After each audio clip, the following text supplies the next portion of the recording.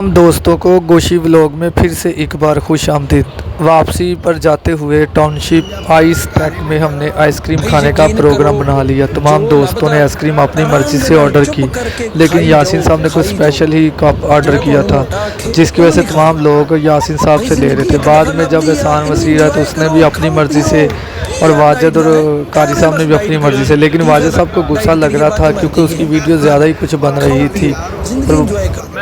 ऐसा कोई भी आदमी बचा है ये शहर में जिससे तुमने उधार न मांगा हो? ए उधरचंद, तुमसे बात कर रहा हूं मैं। क्या है? क्या है?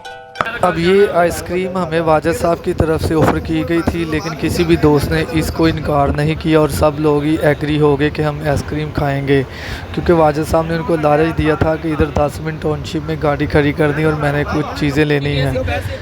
तो आइसक्रीम खाने के बाद हम तमाम लोग अब गाड़ी में आ गए और ननकाना साहब की तरफ वापसी के लिए रवाना हो चुके हैं। तो आते दफ़ा काफ़ी मज़ा आया, काफ़ी लोग आपस में बहस करते रहे, जिसका नतीजा ये था कि यासीन साहब से वो ज़बरदस्ती पार्टी मांग रहे थे, लेकिन यासीन साहब की सपोर्ट कर रहे थे एहसान वसीर साहब और अशरफ साहब और नवीद साहब।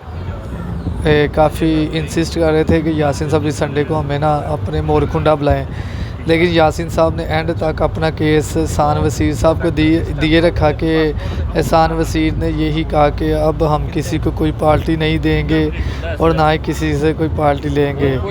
वाजिद साहब इस के जज थे, लेकिन वाजिद साहब ने भी कोशिश यही की थी कि यासीन साहब संडे तक मान जाए कि हमें संडे को पार्टी देंगे, लेकिन इतने में हम ननकाना साहब माशाल्लाह पहुंच गए। ये ननकाना साहब इंटरचेंज से उतरते सार ये देखें ननकाना की खूबसूरती, लाइटें साइड पे लगी हुई थी।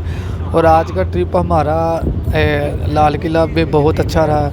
तमाम दोस्तों ने बहुत इंजॉय किया और हल्ला गुल्ला किया और आते दफ़ा भी खूब गपशप की और काफ़ी मतलब शरारतें और पंगे भी लिए।